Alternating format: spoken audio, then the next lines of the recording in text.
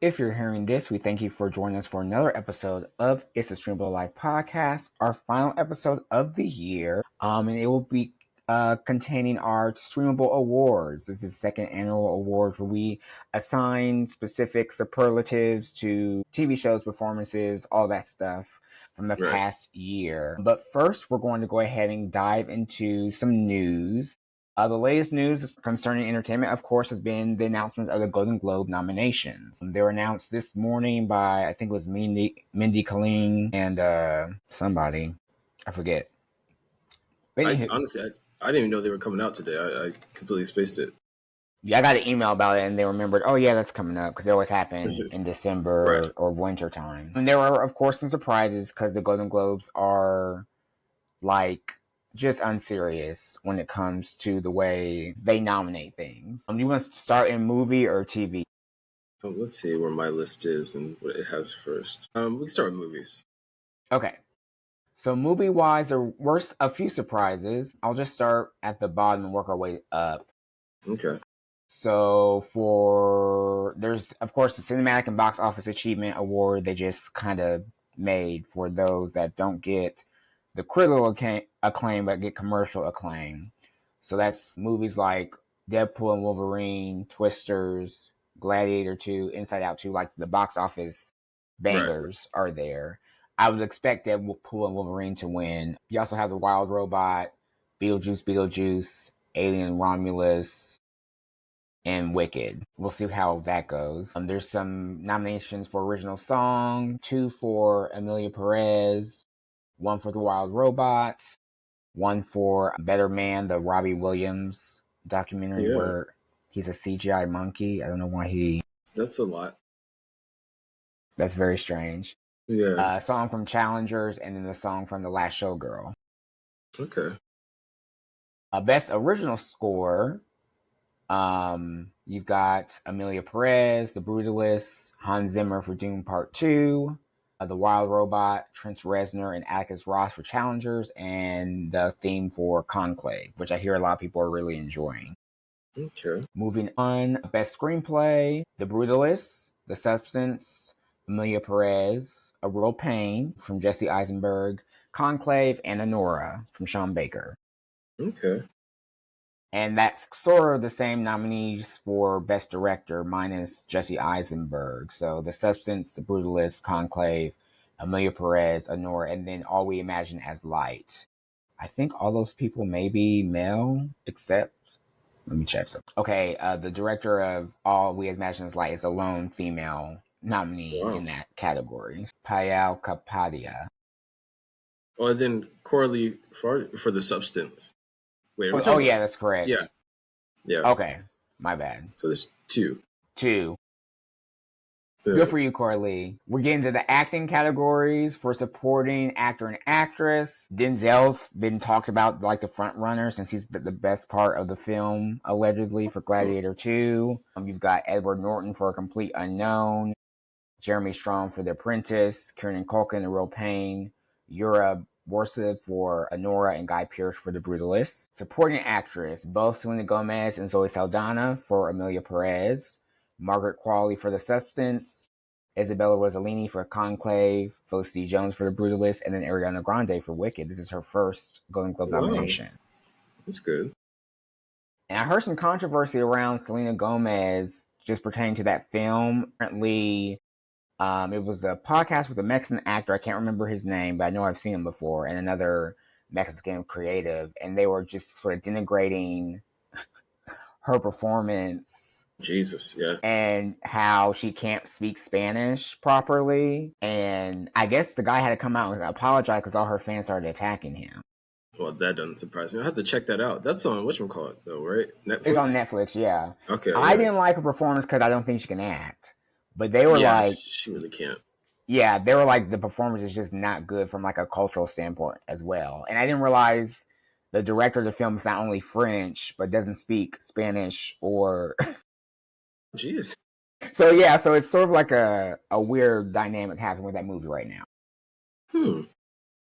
For actor in a musical and picture, those were supporting actor in a drama. Of course. Best Actor, Musical or Comedy, you've got Gabriel LaBelle for Saturday Night, Glenn Powell for Hitman. Some reason they stuck Hugh Grant here for Heretic, and it's not a comedy. Yeah, that's interesting. It must have like funny undertones or something in it. I guess. Jesse Yeah. Eisenberg, A Real Pain, Jesse Plemons, Kind of Kindness, and Sebastian Stan, A Different Man. For actress, you've got Amy Adams for Night Bitch, Cynthia Rivio for Wicked, Demi Moore for The Substance, Carla Sofia Gasson for Amelia Perez, Mickey Madison for Honora and Zendaya for Challengers. And then Best Lead Performance for a Drama, Adrian Brody, The Brutalist, Coleman Domingo, Sing Sing, Daniel Craig, Queer, Ralph Fiennes, Conclave, Sebastian Stan, The Apprentice, and Timothy Chalamet for A Complete Unknown. That's Sebastian got 2 for The Apprentice and A Different Man. That's interesting. Wow, that's good.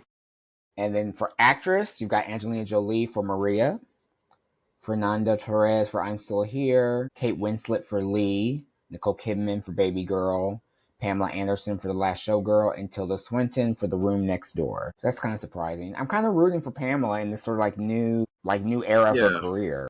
Like a resurgence. She seems to be everywhere now and keep seeing her. Mm-hmm. And then we've got Best Motion Picture for Non-English Language, All We Imagine as Light, Amelia Perez, I'm Still Here from Brazil, The Girl with the Needle from Poland, Sweden, Denmark, The Seed of the Sacred Fig, Germany, France, Iran, Vermilion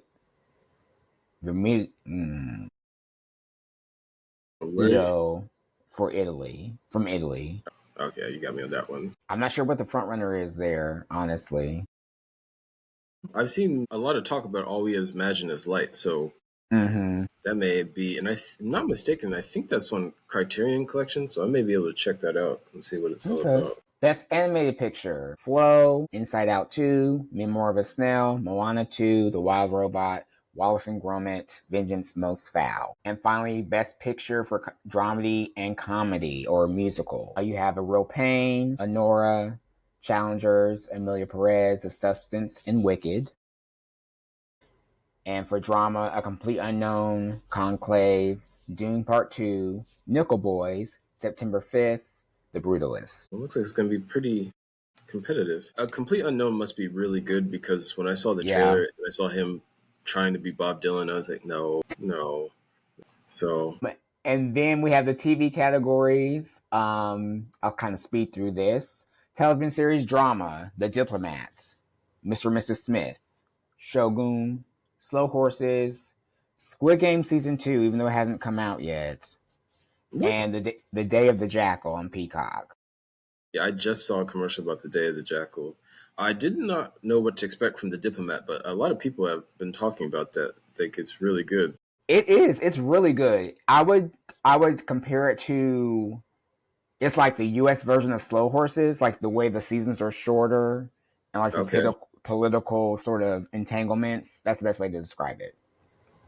Best TV series, musical or comedy, Abbott Elementary, The Bear, Axe, Nobody Wants This, Only Murders in the Building, and The Gentleman. I heard a lot of good things about The Gentleman. I'm just not really that into Guy Ritchie. Yeah, same here. Best limited series, anthology series, motion picture made for television. Baby Reindeer, Disclaimer, Monsters, A Lyle and Eric Mendez Story, Ripley, The Penguin, True Detective, Night Country. Pretty competitive.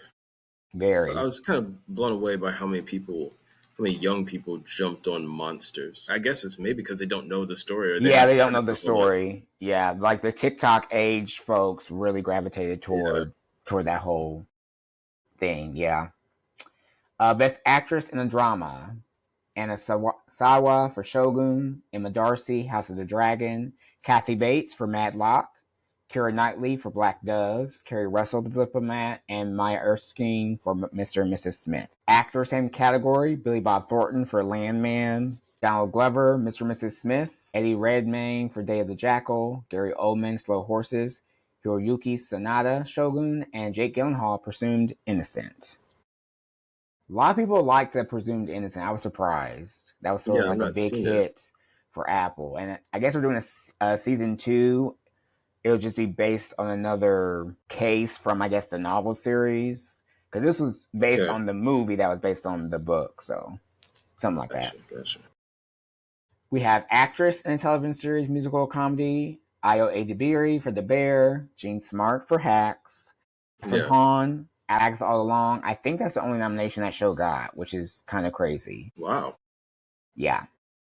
Kristen Bell, Nobody Wants This, Quinta Brunson, Abbott Elementary, and Selena Gomez, Only Murders in the Building. Same category for actor, Adam Brody, Nobody Wants This, Jason Segel, The Shrinking, Jeremy Allen White, The Bear, Martin Short and Steve Martin, both for Only Murders in the Building, and Ted Danson for A Man on the Inside. I kind of wonder how much longer Only Murders in the Building can go on.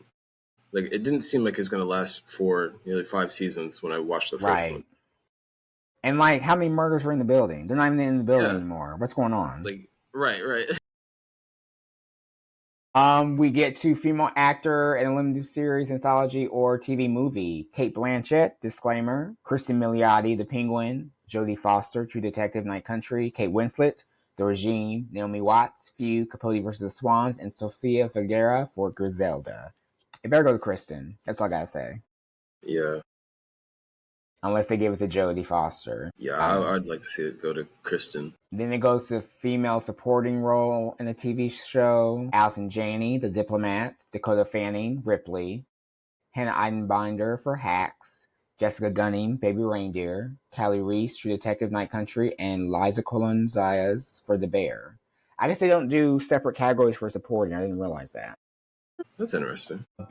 Male actor for limited series and all that. Andrew Scott for Ripley. Colin Farrell, The Penguin.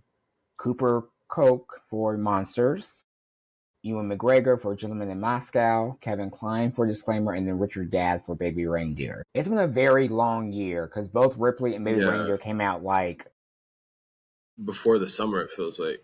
Like January, March. That's crazy. And then male supporting actor TV, Diego Luna for La Machina, Eben Moss Bacharach for The Bear, Harrison Ford, Shrinking, Jack Lowden, Slow Horses, Javier Bardem for Monsters, and Tadanobu Asano for Shogun. And the last category is Best Performance in a Stand-Up Comedy on Television. You have Adam Sandler's Love You, Ali Wong, Single Lady, Jamie Foxx, What Happened Was, Nikki Glaser, Someday You'll Die, Rami Youssef, More Feelings, and Seth Meyers, Dead Man Walking. I just can't get into stand-up specials. Yeah, I don't watch them. Like, I either feel like if it's not funny, I'm gonna feel embarrassed for them. Exactly. Yeah, and I just don't. Yeah, I may catch like the clips or the commentary, but I don't watch. I don't watch them. Right. It's so weird. So those are the categories. I mean, I'm rooting for Shogun. I'm rooting for The Penguin. I'm rooting for Coleman. I don't know. It's a pretty good year, I guess you'd say. Yeah, it seems like there's a lot of good stuff on television. So, no, hopefully these reflect the viewership and what everybody likes. So Right. And the Golden Globes, when do they come on? I believe I saw it's January 5th. Is it? It's January something, and they're on E! Yeah. So, if you can find them, watch them. Right, yeah. And now we're transition to our streams of the week. I meant to watch a lot, and then I didn't, but I did get to watch. I started The Madness on Netflix. I can't say that it's fine. This is a show with Coleman Domingo where he's a CNN political personality, liberal, who's been framed for the murder of a white supremacist. So then he sort of basically tries to solve the conspiracy, goes on the run, stuff like that. The first episode really got me, and then as the show went on, it kind of lost the pacing a bit, and I just didn't feel it was as suspenseful or tense as I thought it was going to be. There's a lot of conversations with random white people who, I don't know, like are part of this group or whatever, and then I don't know, it just kind of lost me. I think it's only 8 episodes. I made it to episode 4. I might get back into it or not, but I wasn't. It kind of was under my expectations a bit. Okay, then. But I did watch The Piano Lesson on Netflix. I thought that was really good. This is the film directed by Malcolm Washington. This is Denzel's other son. Yeah. It stars John David Washington, Ray Fisher, Samuel Jackson, Daniel Deadweiler, and it's an adaptation of the August Wilson novel. Basically, John David's character wants to sell the family heirloom, which is a piano, so he can purchase some land in the South. And he comes to conflict with his sister, who doesn't want to sell it because of the history of the piano. So it kind of explores the African American plight at that time, the importance of land, but also the importance of ancestry and community and sort of family legacy. It's really good. It's almost like a ghost story in a way. I really enjoyed it. Excuse me. All right. For me, I watched a couple movies on Criterion Collection, both of these. The first one is The Beast, and this is with Léa Seydoux, and it's had a lot of talk around it. And I can't. The closest thing to compare it to is if you've seen Cloud Atlas. This is just like a more coherent and French version of that, but it's very good. And in it, yeah, she travels through different timelines, kind of with the same guy that she has been in love with, and it's really interesting, and I really enjoyed it. So I watched that, and then another one that's been talked about a lot is Evil Does Not Exist, and this one is based in Japan, and it follows a man who lives with his daughter, kind of like in this community out in the woods, and these people come in and they want to build like a glamping experience for people. So it kind of threatens their way of life. You kind of just see how the evils of corporations and capitalism have effect on people. And there's a lot of it's beautifully shot and a lot of kind of striking scenes in here. But the dialogue and what people say and how they act is really, really impressive as well. Yeah, I've heard about Evil Does Not Exist. I heard a lot of good things about that. Yeah, it's good. And then transitioning to what we're watching, the only new show I'm really keeping up with, I meant to start Skeleton Crew and didn't get into that, but I am following HBO's new detective series, Get Millie Black. I'm surprised at how different the show is, but in a good way. It stars Tamara Lawrence. She plays a Scotland Yard detective who returns back to her native Jamaica, missing child case. Yeah. In this progress, she stumbles upon a conspiracy that's larger than that. But she also returns to try to reconnect with her sister. They both grew up at the hands of a tumultuous, abusive mother. Why some part of the reason she grew up in England in the first place. But it definitely an interesting series set in Jamaica. They make sure to include subtitles so they can keep the natural dialect for the cultural reasons. So that's really interesting. And there's a great queer story involved as well. Okay. But it's really good. I think this week is episode 3. It comes on Mondays at 9 on HBO or Max, whatever you have. I think it's a Max original. But it's by Marlon Jones, I believe the creator. He's also Marlon James. He's an author. You might have seen some of his book covers. I haven't read them, but I know I've seen the covers. Like Black Leopard, Red Wolf, Moon Witch, Spider King. Yeah, I think I know what you're talking about. Yeah, he has like Yeah, I know exactly who he is. Yeah. Yeah, so he's the creator of this series, so it's really good, and it goes deep into sort of like the cultural history and sort of strain of homosexuality in Jamaica and how strife it is for gay and lesbian people, LGBTQ people in that country. So definitely check it out if you get a chance. It's really good. Yeah. And then for me, I think I spoke about this last week when I started, but I finally did start Say Nothing about the troubles in Northern Ireland in kind of the 70s, 80s. And it's very good so far. I think it's obviously based on actual events, but it'd be interesting to watch it with like, not somebody that was alive during that time, but even just an Irish person that has more history and knowledge of the troubles than what we do. So, it's entertaining, which I guess is an important part. But yeah, so that's all I can think as I watch. It's just like how factual is this? I know they've got to liven it up for television, but yeah. But that's definitely something historical part I blind spot. Like I've always heard about that time period, but I don't know much about it. They definitely don't teach it in school or anything. Yeah, but not here. Yeah.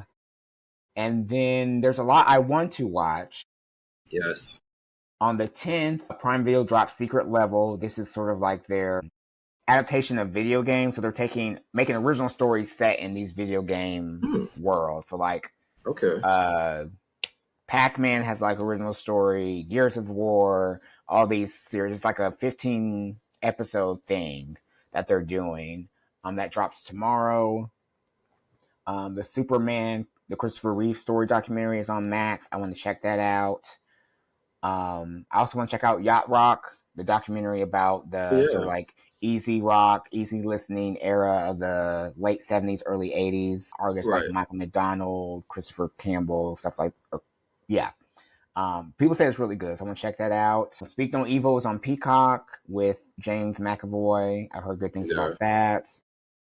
A documentary called Sugarcane is on Hulu on the 10th as well. Kind of investigates the recent discovery of indigenous lands in Canada, unmarked graves of bodies from their history. I think it was associated with like some of the reform schools and things they had going on up there. And then finally on the 11th, Angela Jolie's Maria is supposed to come to Netflix as well.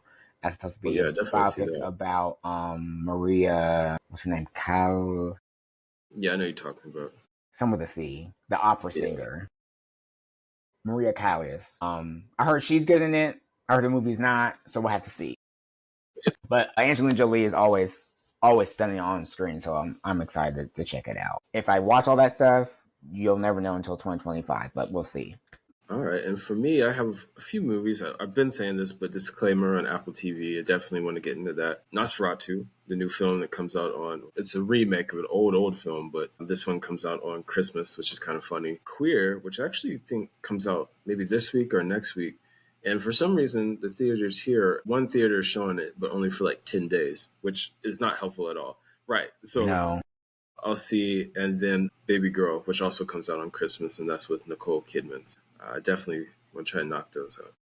Yeah. Yeah, there's a lot coming out this month. The Mufasa, the Yeah, Lion King prequel. I definitely want to check out Nosferatu as well, just because I'm trying to get in my horror bag a little bit more. yeah, Trying, but we'll see. right.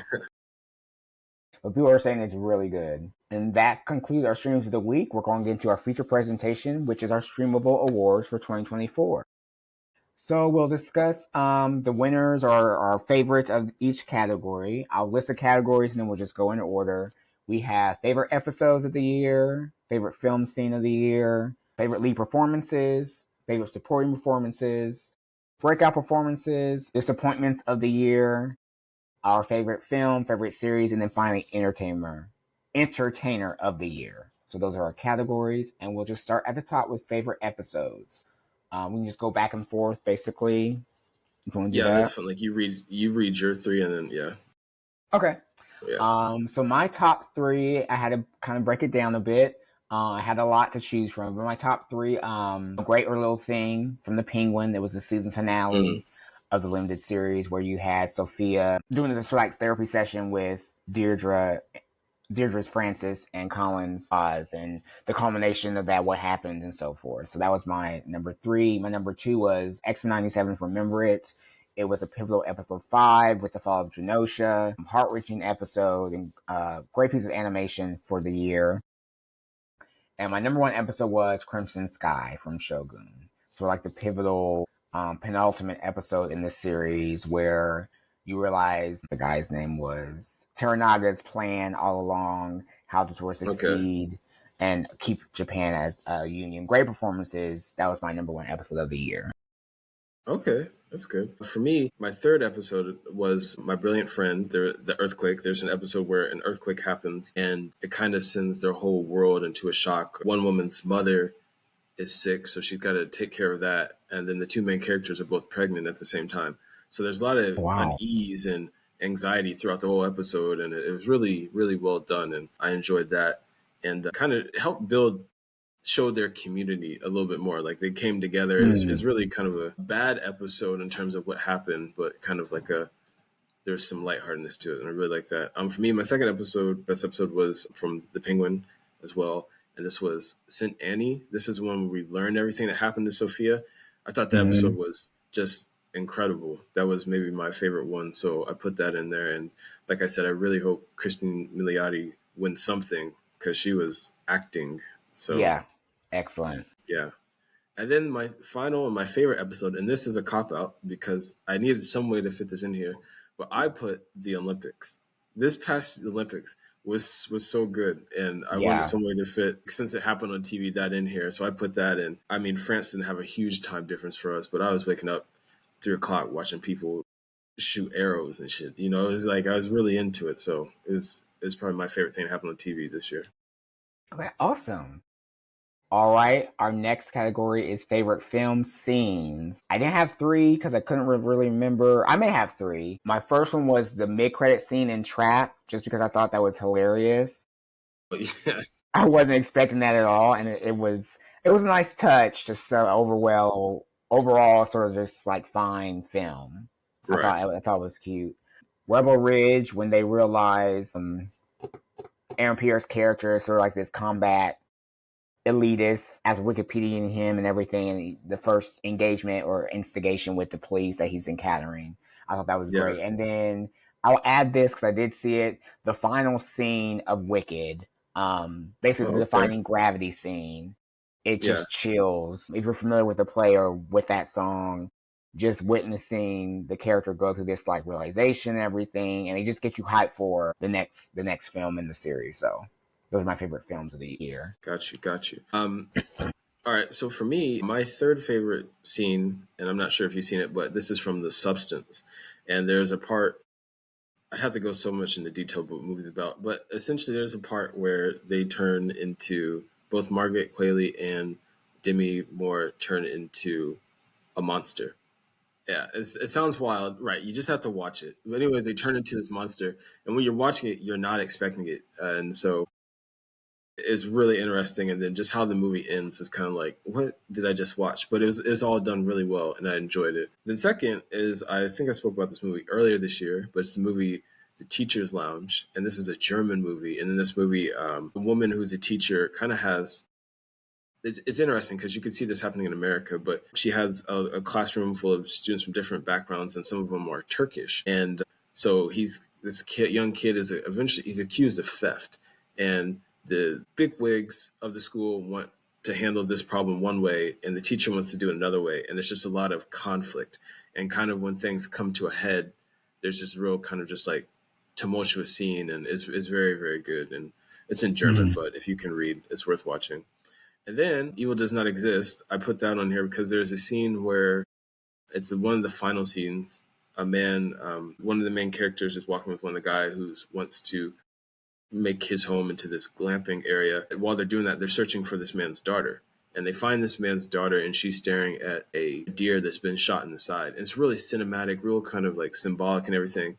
And while they're focusing on the young girl as she's looking at this wounded deer, she moves towards the deer moves, and then it flips back to two men, and one of them's choking the other. He chokes him out until he's unconscious. Right. It's incredible. I mean, Whoa. you just don't expect it. And I was just like, wait a second, did I miss something? So that really, really caught me off guard, but I enjoyed that. Okay. All right. We'll now transition to performances. So this would be from TV or film. My lead performances of the year. I'm just going to get it out right now. Both Colin Farrell and Kristen Milioti for The Penguin. Yeah. They're just like a combo 1-2 punch for that series. Right. I don't think anyone expected it to be as good as it was. And part of it is because they were so good. Colin in completely unrecognizable as Oz, and then Kristen's just range as this woman wronged and seeking redemption or seeking vengeance, basically. And then Anasawa in Shogun, she was such a major part of the show. All the awards for her performance. I feel that for sure. Okay, for me, this is lead performance. I have Demi Moore as Elizabeth Sparkle in The Substance. She was incredible. There's a lot she has to do physically in this movie that hopefully will win her some awards. So that was really, really good. The second one, I had to toss up because it's actually between two people. I wanted it to be both Maya Erskine and Donald Glover for Mrs. and Mrs. Smith, because that was incredible. That was so much better than I thought it was going to be. Right. They were both really good. I guess they'd both be leads. And then I can't pronounce his name. I'm not sure if you finished the show, but I think his name was like Hoe Exuande, the man from The Sympathizer. Oh, the lead. Yeah. Yeah, I got to Yeah. finish it. Okay, yeah, it was very good. And I do not know how to pronounce his name, so hopefully I was close. If not, I apologize. But that was really good. So I had them kind of like tied, and then my top one was Zendaya and Challengers. Oh, So okay. yeah, that was fun and good. So It yeah, I enjoyed it. was. And I'm kind of mad I didn't finish The Sympathizer because I think it deserves so much more credit this Yeah, year. I Like think it did. it's such a good series. A supporting performance, Patty LaPone, and actors all along.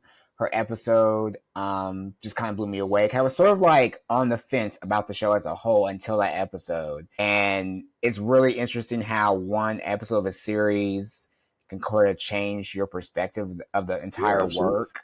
So yeah, she did her thing in that episode. And surprisingly, my second one is Manny Pachinko and the Acolyte. Okay. He's eventually one of the best parts of the show. I know a lot of people hated it for various reasons that had nothing to do with the script or acting and whatnot. But he was great in the role, and I was hoping we could see more of his character in a later second season, but I don't think it's going to happen. And finally, Deidre O'Connell in the Penguin as Frances Cobb was just Yeah. phenomenal. The physical acting she had to do as a woman Yeah. suffering with dementia and Lewy body and all these things, and just holding toe to toe with Colin and Kristen was. Yeah. Um, I think okay, for mine, I think I got this right, and I had to remember when it came on, but I'm pretty sure it was earlier this year. But my first one is Delaney Hales from Interview with the Vampire, who Mm-hmm. played Claudia. Yeah, I put her because yeah, her character throughout this season was incredible up until her death, which was even incredible as well. That Right. was Yeah. very, very good. I had Josh O'Connor in Challengers. You can actually flip those. That's how I have them written. And then for number one, I had I'm not sure how to pronounce his name, but Renzi Felice from The Penguin. Mm-hmm. Yeah, Mm-hmm. I didn't know how his character was going to play out, or if I was going to get tired of him when the show first started. Right. But he became such a integral part of who Oz was and what he did, and kind of came into his own in a few episodes there. But very, very good. Yeah. Yeah. He's a good actor. Right. All right, breakout performance. I only have four here, so I'm going to share them all. I had Okay. Cynthia Erivo in Wicked. She's coming for the EGOT. Like she's great in Yeah. this film. She's always been great, but she's finally getting sort of like that mainstream sort of notoriety. So she was good. I had Delaney Hales in Interview with the Vampire this season.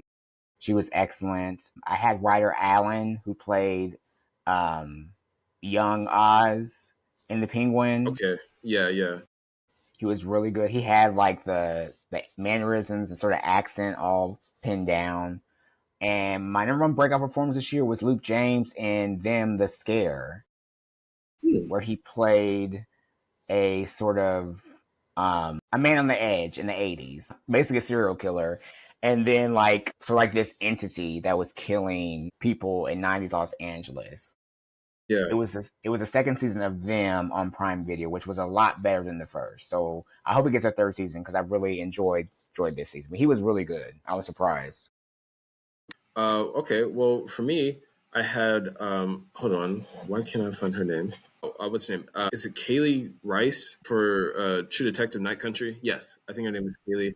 Yeah, I thought she was really, really good, and this is the first thing I'd ever seen her in. Don't know if it's the first thing she's been in, Mm-hmm. but very good. Kind of held that show together, and she showed range because She really did. she had to be strong and all this, and then she was very emotional and vulnerable at some point. So very good. I also had Delaney Hales again for breakout performance because she was very, very good in that season. And then for me, even though he's been in more things, I feel like this role could probably really get him more attention. But David Johnson for Alien Romulus. Yeah. Yeah, he was. I'd put him as obviously he was in the show on HBO. Industry, yeah. The Industry, yeah. He's been in more things in the UK, other movies, but something about this one was just huge. And I didn't expect people to take to this movie that well, but for some reason they really, really enjoyed this. Mm-hmm. Yeah, he's supposed to be starring in a film about what's that man's name? Sammy Davis Jr. and this affair he had with this white woman.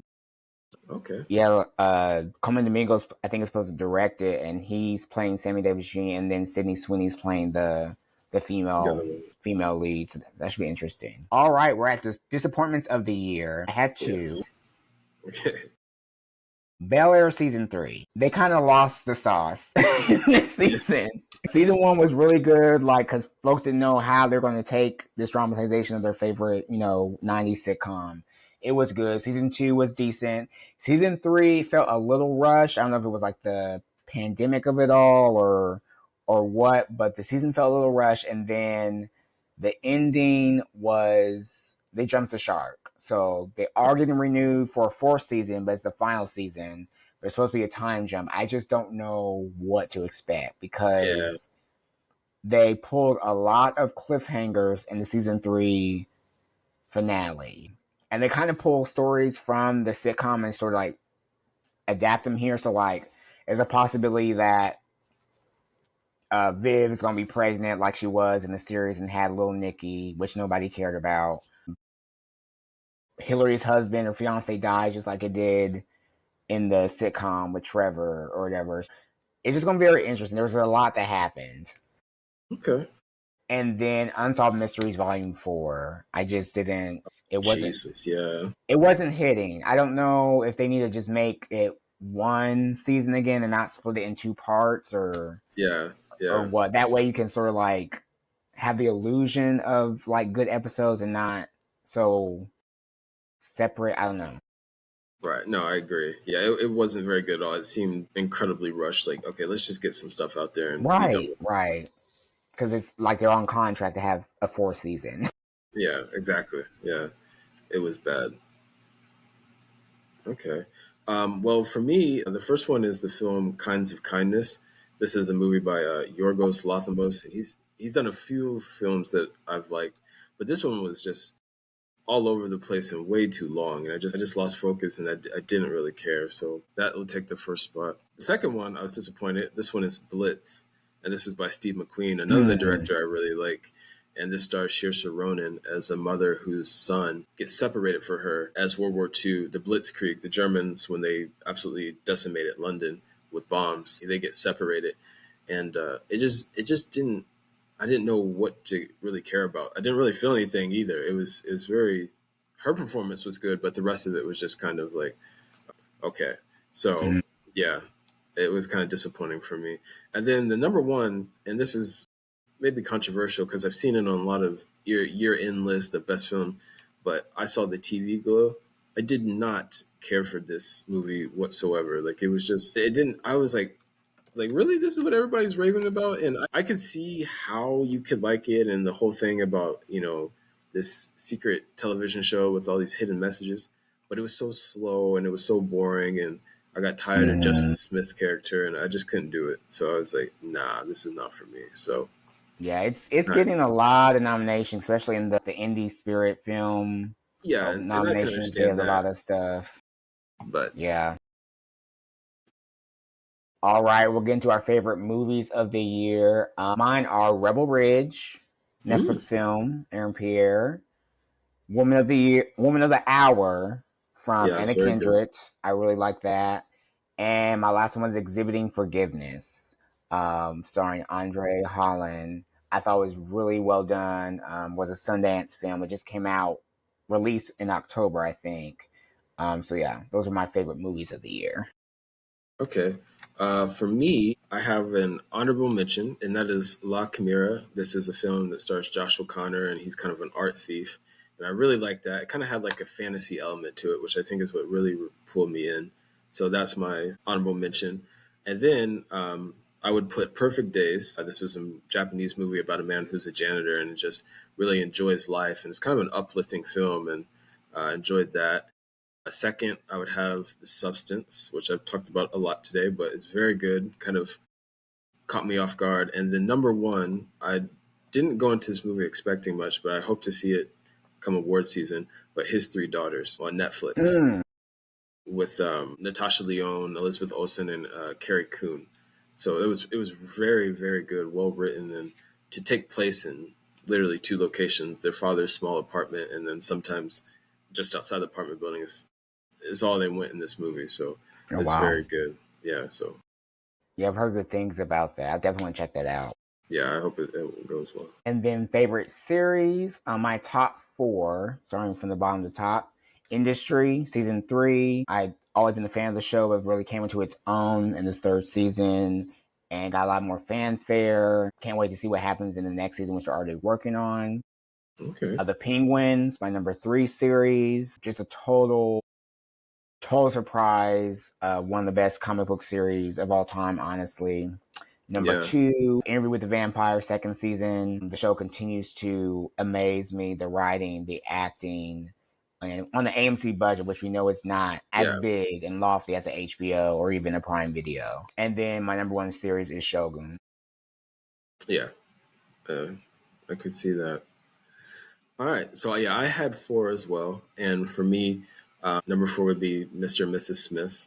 Like I said earlier, I was not expecting that, and I was very pleasantly surprised. It's very good. Next would be Interview with the Vampire, another strong season, and really enjoyed that.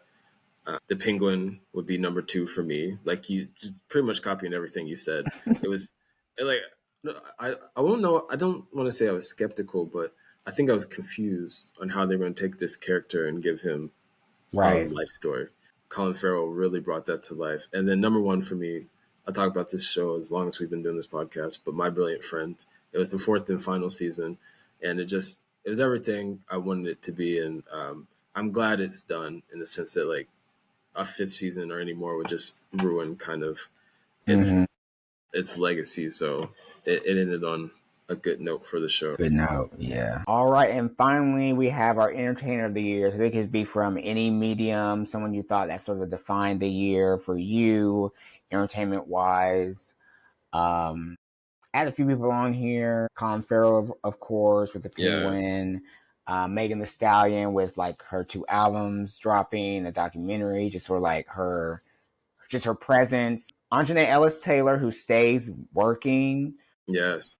She's in several movies this year, including Nickel Boys, Exhibiting Forgiveness. Like, she just stays working. Even Deliverance. Like, she has range. Yeah.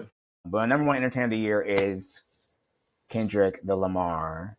Yeah. For winning the beef, let's just say facts. Yeah, and he did.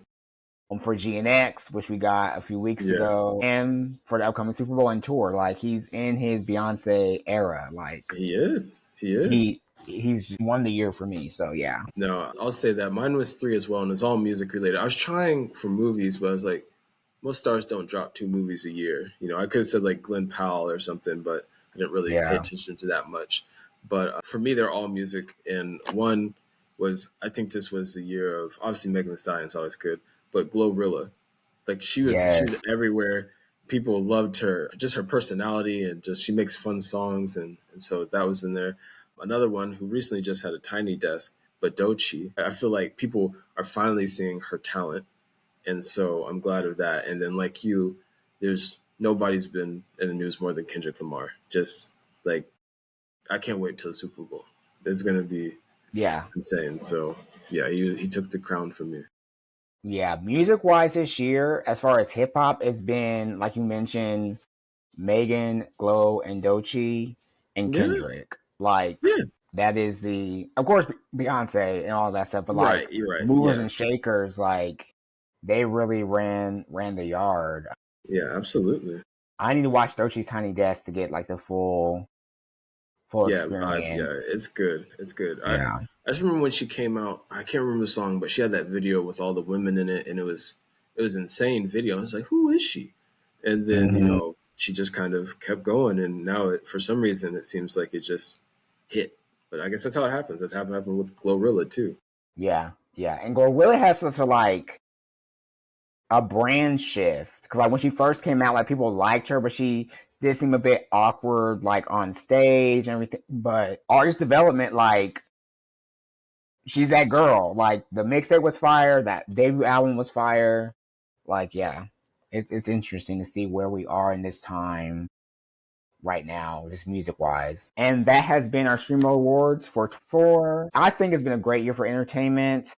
Yeah, we know the business side is still a little murky. A lot of layoffs still going on. A lot of contractions. Not everything's being greenlit. People are still upset that things are being delayed. Like Euphoria is not set until.